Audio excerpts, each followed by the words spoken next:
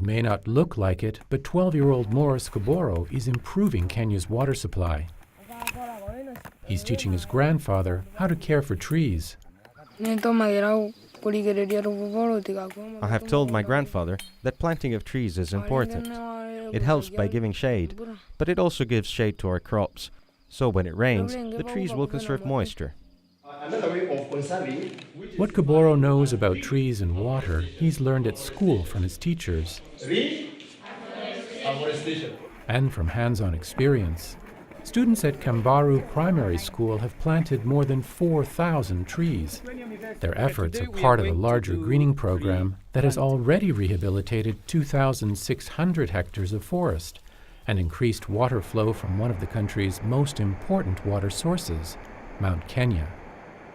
Faith Livingston is manager of the Mount Kenya East Pilot Project for Natural Resources Management. In Kenya, we have the 5 water towers, and Mount Kenya is one of the most significant in this country. And the government is very keen in conserving this water tower for the growth of the economy and employment creation and food security. An hour from Kambaru Primary School, the Mount Kenya Forest Reserve. Here it becomes obvious why this mountain is referred to as a water tower. As fog blows over the forest, trees absorb moisture and then later release it back into the air, contributing to the rain cycle and ensuring the flow of clean water further downstream. Yet for the past 4 decades, excessive logging has reduced forest cover by 5,000 hectares, slowing water flow, eroding soil, and increasing poverty, particularly for the 80% of the population here that relies on farming.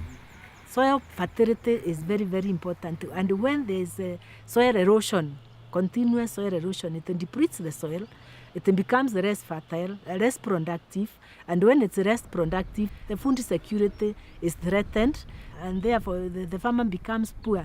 The poorer they are, the more they deplete the resources. They go on cutting the trees within these rural settings, and it becomes a vicious cycle. Putting a stop to the cycle has required a multi-pronged approach, including encouraging a broader cultural change that project organizers say begins with children, like Kaboro. As part of the school greening program, Kaboro is encouraged to share what he's learned with family at home. In his case, his grandparents. Kaboro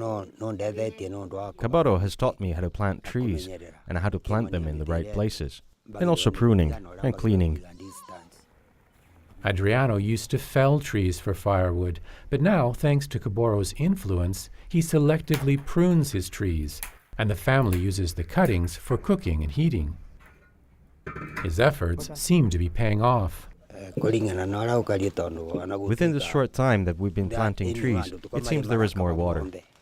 As more people take part, we are seeing some changes in the streams which were drying up very fast.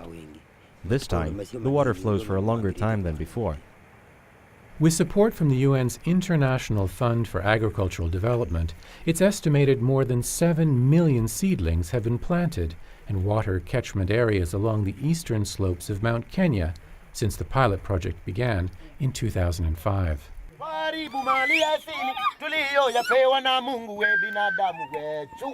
And thanks to the efforts of students like Kaboro, the Kenyan government has announced plans for a national school greening program, encouraging children across the country to plant more trees.